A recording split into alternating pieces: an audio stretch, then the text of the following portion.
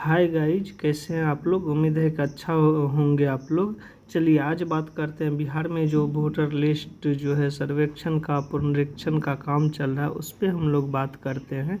इसमें देखिए voter list में जो है 3 भाग में बांटा गया है। पहला बात है कि ये जो आप देख रहे हैं यहाँ पे 1/7/1987 के पहले हुआ हो, यानी 3 भाग में बांटा गया है कि पहला तो एक जो है 1/7/1987 से पहले जिसका जन्म हुआ है वो हो गया।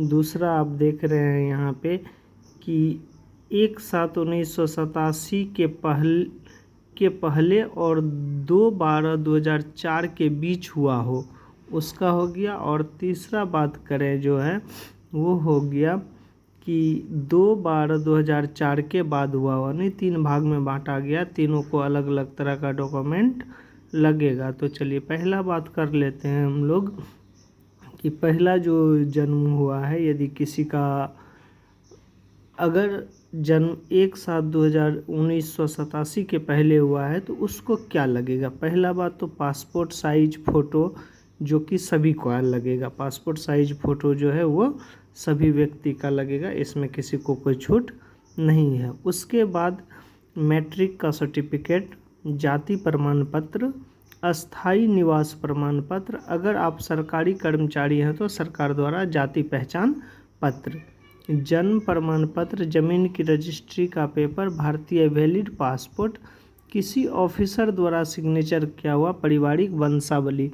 यहाँ पे ध्यान देना है कि बहुत आदमी को लगता है कि ये सारा डॉक्यूमेंट्स लगेगा, लेकिन ऐसा बात नहीं है। इसमें से कोई एक डॉक्यूमेंट्स जो है वो चाहिए। इसमें जो है यहाँ पे नोट में कह रहा है कि उपयुक्त नंबर 2 से 9 तक में से कोई भी एक डॉक्यूमेंट होना चाहिए, यानी इसमें से केवल जो है एक डॉक्यूमेंट, यहाँ पे लिखा हुआ भी है केवल आपका ही डॉक्यूमेंट लगेगा, यानी जो व्यक्ति है उसका ही इसमें डॉक्यूमेंट लगेगा, बाकी किसी दूसरे आदमी का नहीं लगेगा। बस फॉर्म को डाउनलोड करना है और हम ये भी बताएंगे फॉर्म को कैसे डाउनलोड करना है, कैसे भरना है। उसके लिए दूसरा वीडियो होगा, उसको आप देख लेंगे तो जानकारी मिल जाएगी।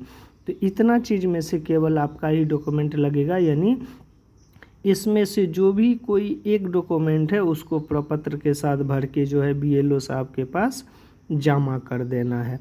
दूसरा बात है कि अगर आपका जन्म 1/7/1987 के पहले, यानी इससे पहले, इसके बाद होना चाहिए, यहाँ पे पहले लिख दिया है, इतना के बाद, और 2/12/2004 के बीच हुआ है तो आपका साथ ही आपके माता या पिता का भी डॉक्यूमेंट लगेगा।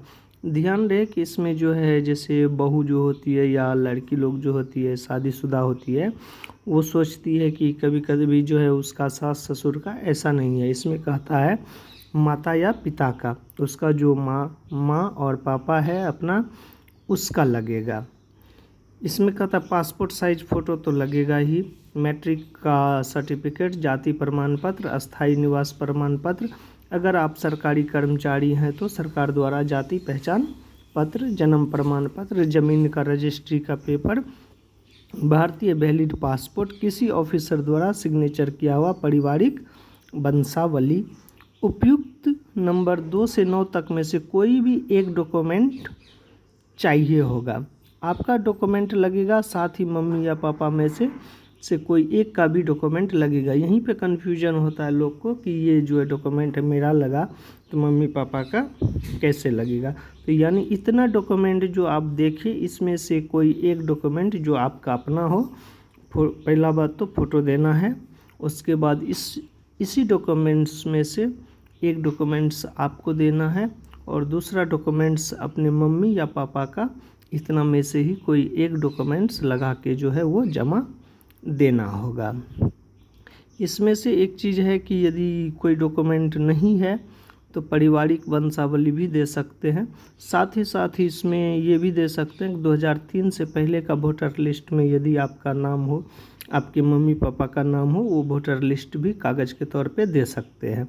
अब तीसरा का बात कर ले, अगर आपका जन्म 2/12/2004 के बाद हुआ हो तो आपका साथ ही आपके माता पिता तीनों का निम्न डॉक्यूमेंट लगेगा। यानी पहला में देखिए क्या कि सिर्फ स्वयं का चाहिए, खुद का चाहिए। दूसरा में है अपना चाहिए। उसके बाद मम्मी या पापा में से किसी एक का डॉक्यूमेंट चाहिए। लेकिन तीसरा में क्या है कि आपका चाहिए, साथ ही मम्मी और पापा दोनों का चाहिए।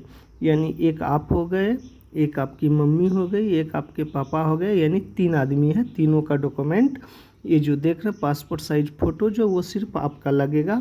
बाकी मैट्रिक का सर्टिफिकेट, जाति प्रमाण पत्र, अस्थाई निवास प्रमाण पत्र, अगर आप सरकारी कर्मचारी हैं तो सरकार द्वारा जारी पहचान पत्र, जन्म प्रमाण पत्र, ज़मीन की रजिस्ट्री का पेपर, भारतीय वैलिड पासपोर्ट, किसी ऑफिसर द्वारा सिग्नेचर किया हुआ पारिवारिक वंशावली, इतना चीज़ जो है लगेगा। यानी इसमें 3 डॉक्यूमेंट लग जाएगा। पहला तो आपका फ़ोटो लगेगा, आपका जो है इस डॉक्यूमेंट में से जो देख रहे हैं इसमें से जितना भी नाम दिया हुआ है इसमें से कोई एक जो आपका हो, और साथ ही साथ आपके मम्मी पापा का जो है कोई एक डॉक्यूमेंट लगेगा।